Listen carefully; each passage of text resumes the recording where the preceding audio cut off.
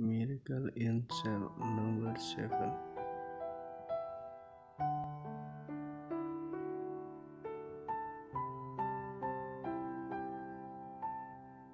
Park Shin-hye. Film ini adalah sebuah komedi mengharukan berisi melodrama keluarga tentang seorang bapak bernama Lee Yong-gu yang cacat mental dan secara tidak sah dipenjara karena kasus pembunuhan. Lee Yong-gu merupakan pria berumur 40 tahun. Adalah bapak cacat mental karena kecerdasannya yang sangat rendah. Yong-gu memiliki anak perempuan berusia 6 tahun yang cantik dan cerdas bernama Yesung. Yong-gu merupakan tukang parkir, begitu cinta pada anak satu-satunya.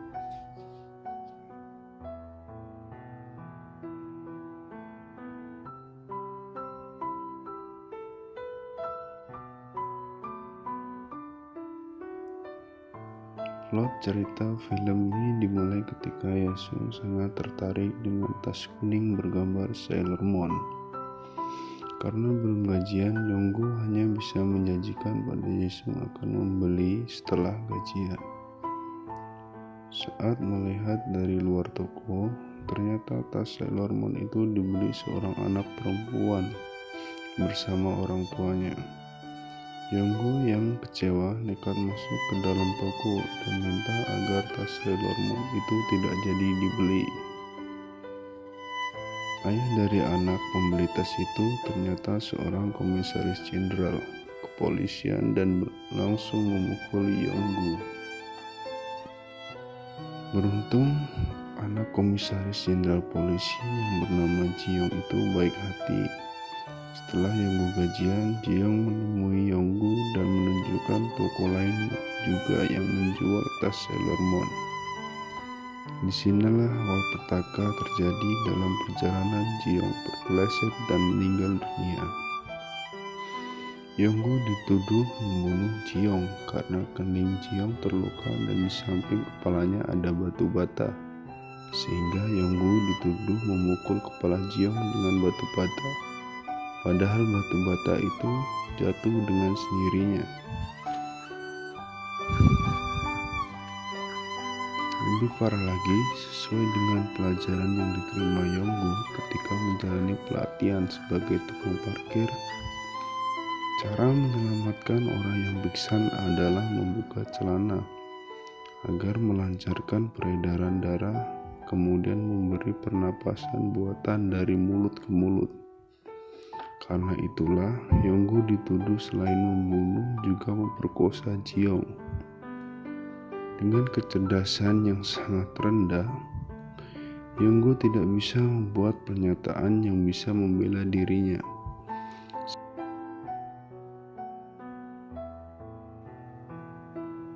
Sebagai seorang komisaris jenderal polisi, ayah Ji-young memaksa Yong-gu untuk mengaku bahwa telah membunuh dan memperkosa Ji-young untuk balas dendam karena pernah dipukuli di toko. Komisaris jenderal itu mengancam akan membunuh Yesung jika Yong-gu tidak menuruti perintahnya. Yong-gu lantas divonis hukuman mati dan masuk ke dalam kamar sel nomor 7 yang merupakan penjara untuk narapidana berbahaya dengan pengamanan super ketat. Selama Yong-gu di penjara, Yesung dititipkan di panti asuhan. Di dalam sel nomor 7, Yong-gu bercampur dengan 5 narapidana.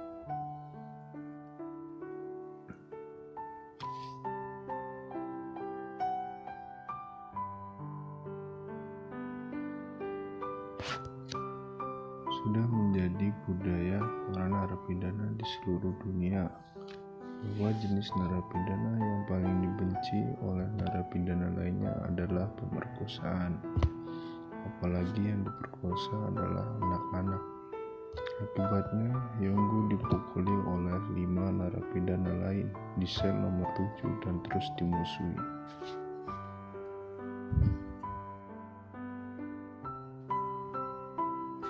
Tapi kelima lama teman penjara Yonggu berbalik menjadi sahabat karena ketua sel nomor 7 diselamatkan oleh Yonggu ketika akan dibunuh sesama narapidana yang merupakan saingan gangster penyelundup.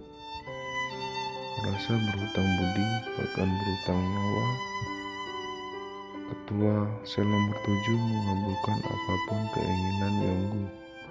Sedangkan keinginan Yonggu hanya satu, yaitu bertemu dengan Yesus.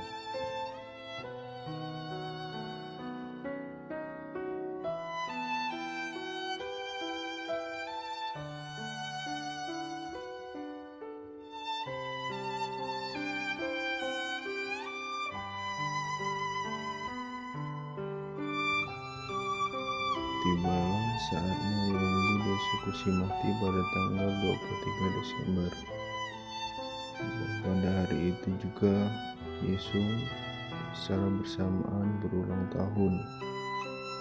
Suasana sebelum eksekusi mati mengharukan antara Yonggu dan Yesus, dan akhirnya Yonggu tewas dieksekusi. Beberapa tahun kemudian, Yesus tumbuh menjadi gadis cantik dan berprofesi sebagai pengacara. Dengan keahliannya sebagai pengacara, Yesus berusaha membersihkan nama baik almarhum ayahnya. Akhirnya diadakan pengadilan ulang dan Yesus berjuang mati-matian dengan dibantu oleh kelima sahabat penjara ayahnya. Kelima sahabat Yonggu itu bukan lagi narapidana dan sudah bertobat menjadi orang yang baik.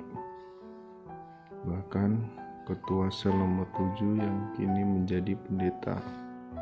Dengan dibantu kelima sahabat Yonggu, akhirnya Yesus menang di pengadilan dan hakim memutuskan bahwa Yonggu tidak bersalah. Akhirnya Yesus bisa membuktikan walaupun ayahnya yang sudah almarhum itu bukan pembunuh dan pemerkosa anak-anak.